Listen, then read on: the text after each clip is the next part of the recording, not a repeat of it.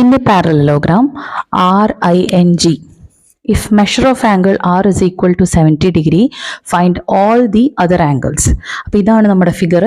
അതിലെ ആറിൻ്റെ ആംഗിൾ ആറിൻ്റെ മെഷർമെൻ്റ് ആണ് നമുക്ക് തന്നേക്കണേ 70 ഡിഗ്രി എന്നുള്ളത്. ബാക്കി 3 ആംഗിൾസും നമുക്ക് കണ്ടുപിടിക്കണം. ഓക്കെ, ഇതാണ് ക്വസ്റ്റ്യൻ. നമുക്കറിയാം ഒരു പാരലോഗ്രാമിൻ്റെ ഓപ്പോസിറ്റ് ആംഗിൾസ് ആർ ഈക്വൽ. അപ്പോൾ നമുക്ക് നേരിട്ട് എഴുതാം എന്തെന്ന്, angle R is equal to angle N and the measurement is 70 degree. Reason എന്താണ്? Opposite angles are equal. Again അപ്പോൾ നമുക്കിവിടെ 70 ഡിഗ്രി കിട്ടി. ഇനി നമുക്ക് ആരൊക്കെ കണ്ടുപിടിക്കണം? ആംഗിൾ ഐനെ കണ്ടുപിടിക്കണം, അതേപോലെ ആംഗിൾ ജിനെയും കണ്ടുപിടിക്കണം. അപ്പോൾ നമുക്കറിയാം ഒരു പാരലലോഗ്രാമിന്റെ adjacent angles are supplementary adjacent angles. R and I are adjacent angles, R and G are adjacent angles, I and N are adjacent angles, and N and G are also adjacent angles. അപ്പോൾ ഏത് വെച്ചിട്ട് നമുക്ക് ചെയ്യാം?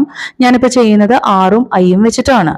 അപ്പോൾ angle R plus angle I is equal to എത്ര വരണം? 180 degree. കാരണം എന്താ? Adjacent angles are supplementary. Supplementary എന്ന് വെച്ചാൽ എന്താണ്? 2 ആംഗിൾസ് ആഡ് ചെയ്ത് കഴിഞ്ഞാൽ 180 ഡിഗ്രി കിട്ടണം. ആംഗിൾ ആറിന്റെ മെഷർമെന്റ് ഉണ്ട്, എത്രയാണ്? അതവിടെ 70 ഡിഗ്രി. അതവിടെ നമ്മൾ എഴുതുന്നു angle I equal to 180 degree and angle I is equal to 180 degree minus 70 degree which is equal to 110 degree. Okay, അപ്പോൾ ഇവിടെ നമുക്ക് കിട്ടിയ എത്ര?